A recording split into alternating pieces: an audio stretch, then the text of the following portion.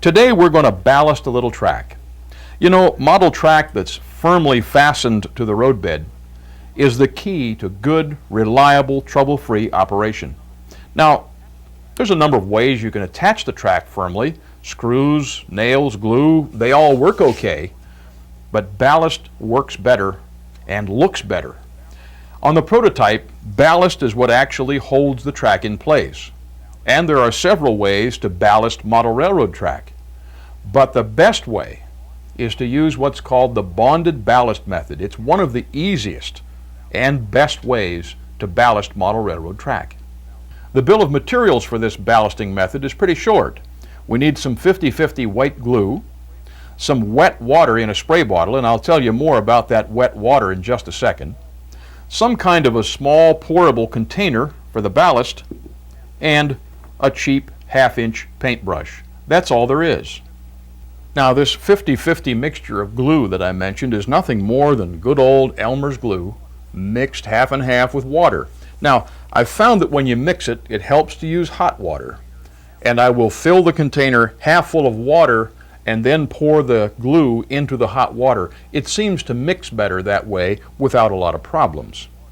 Now, I mentioned wet water. Wet water really is nothing more than tap water with a little bit, just a little bit of liquid soap added to the water. Hand soap, dishwasher soap, whatever you have handy. Now, this is a 24-ounce bottle, which I will fill even beyond the 24-ounce mark, which is here. As you can see, I've got it filled clear up almost to the top. And all I did was add maybe an ounce or two of liquid soap. The amount is not critical. You just need the soap to break the surface tension of the water, and I'll demonstrate the difference when we get to that portion of the ballasting demonstration. As far as a pourable container is concerned, any small container that you can pour the ballast into and then control it as we pour it out is all you need. Doesn't have to be fancy, and of course the paintbrush is just any old cheap half-inch paintbrush that we're going to use to spread the ballast. Now, the way to begin is just to fill the container of ballast and start pouring it in. I like to ballast in the center first because the ballasting along the edges is where you do the final scenicking, so to speak, because ballast not only supports the track, it's part of the scenery. Now, once you get some ballast in the center like that, then it's time to get your paintbrush and go to work just spreading it out. And all you do is just come in the middle here and start to brush it. The excess that's in there will fall between the ties as you continue to brush it, and it will quite naturally distribute itself between the ties. Now, it might get a little messy as you do this, but the point is you want to get the ballast spread so that it falls down between the ties. You don't have to be neat. You just need to brush it until the spaces between the ties are full. Now, the only thing you do have to be careful is you want to make sure you've got enough room along the edge for flangeways. But in O-gauge, that's typically not a problem because the rails are high enough in relation to the size of the ballast, but it is something you want to check. When you go to ballast the edges, this is where you can exercise a little creativity in how you want your main line or your siding to look, because you can shape the ballast differently to simulate a light-duty branch line or the thick, heavy, high ballast of a heavy-duty main line. That's the look that I'm going to go for here, that real heavy, high ballast method. And all you do is just start pouring it along the edges and tap it to make it flow. And you want to make sure that you put enough on the edge so that you completely cover the roadbed underneath. I'm making very sure that this beveled edge of the roadbed gets completely covered up by the ballast. And you'll find, of course, that the ballast ends up on the top of the ties, but for now that's not a problem. So you got a little low spot right there. That's the nice thing about this technique. If you spread this down the first time, and then you kind of step back and look at it, and if you see that there's a spot that it's a little thin or a little thick, you can take care of it either by pouring more on or by spreading it with the brush.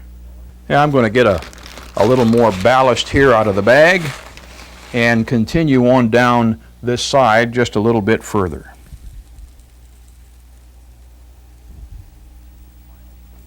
One final coat over the whole thing. Now I think we're ready to use the brush and our miniature Jordan spreader to really make this ballast look nice. The first step is just to use your brush and just go along just like I'm doing here, just brushing easily, and you see it's cleaning off the top of the ties but leaving the ballast out here on the beveled side of the roadbed. Just continue down brushing until all the ties are open and clear.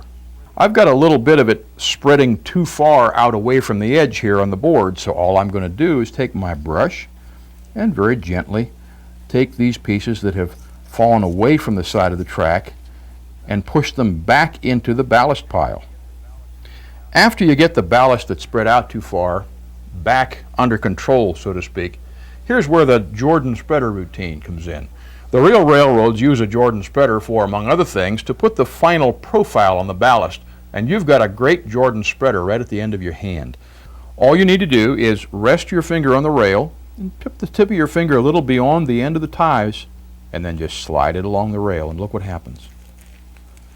It's like having your own Jordan spreader. It ends up giving you a very nice, even edge that looks very prototypical for a high-density, heavy-duty main line. Now, one of the nice things about ballasting this way is the amount of control that you have over how you want it to look.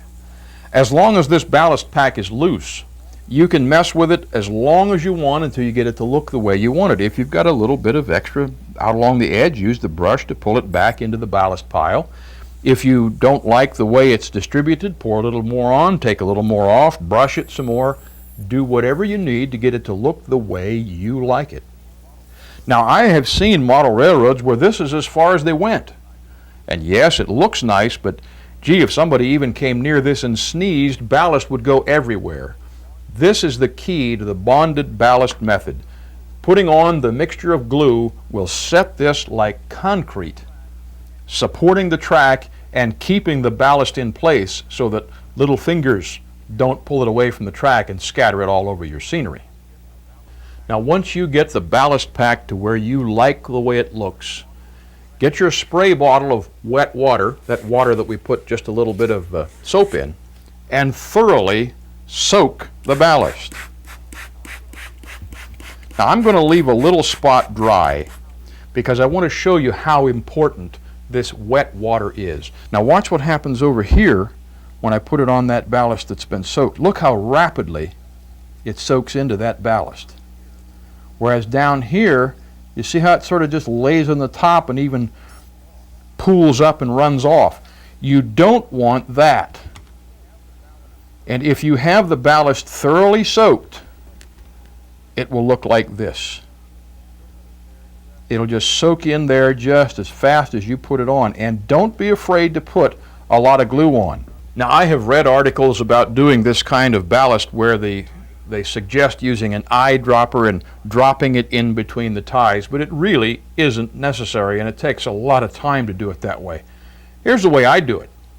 It's very fast. Set your bottle so that you can control it with a sort of a steady stream and just literally flood the area between the rails with the glue. Just like this. When you come out to the edge, flood the area of the edge, and also be sure that you get out away from the edge so that you get the whole ballast pile thoroughly soaked with glue. Don't be afraid to put a lot of glue in the ballast pack. The key to making this bonded ballast work is that you have to have that ballast pack thoroughly soaked with glue, because if you do so, the whole thing dries and sets up like concrete. But don't worry about the fact that you've got a little glue on top of the ties, or maybe a little glue that you can still see along the edge of the ballast, because one of the unique properties of white glue is that it dries clear and flat. In other words, after the glue is dry, you literally cannot see it. Ballasted track, the bonded ballast method. It adds realism and it adds operating reliability, and best of all, it's easy.